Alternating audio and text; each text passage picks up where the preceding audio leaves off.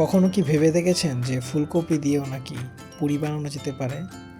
আজকে আপনাদের এই আজব রেসিপিটি শেখাবো। ফুলকপি দিয়ে কিভাবে খুব সহজেই বাসায় পুরি বানিয়ে নিতে পারবেন। চলুন দেখে নেই পুরো রেসিপিটি।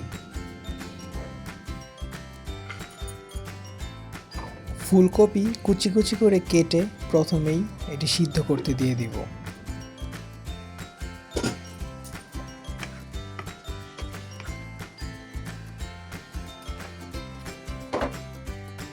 সিদ্ধ হয়ে গেলে আমরা আমাদের রান্নার পরবর্তী স্টেপে চলে যাব।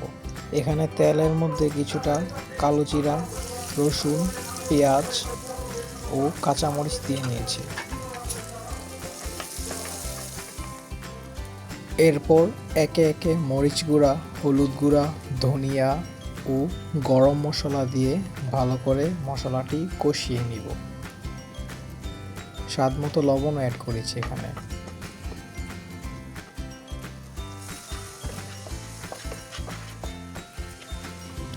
কিছুটা মশলা কষিয়ে আসলে এর মধ্যে সিদ্ধ করা ফুলকপি দিয়ে দিব।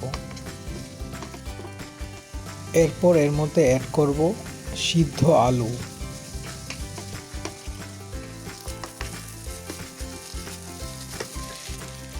এখানে স্বাদ বাড়ানোর জন্য কিছুটা টমেটো সস ও ধনিয়া পাতা দিয়েছি।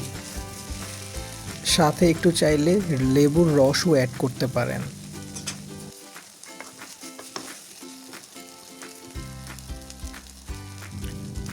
সব শেষে কিছুটা চাট মশলা দিয়ে আমাদের পুরি বানানোর পুরের রেসিপিটা শেষ করে ফেললাম। এখন পুরি বানানোর পালা। এখন পুরির জন্য ময়দা গুলে নিব। ময়দার মধ্যে কিছুটা লবণ ও তেল সাথে পানি অ্যাড করে ময়দার খামিটা গুলে নিচ্ছি।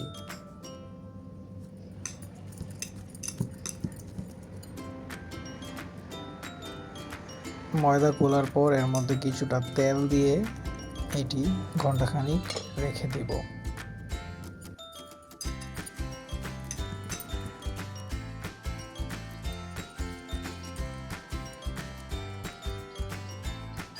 এরপর আমাদের সিদ্ধ আলু ও ফুলকপি দিয়ে বানানো সেই পুরিটির ভিতরে সুন্দর মতো দিয়ে দিব।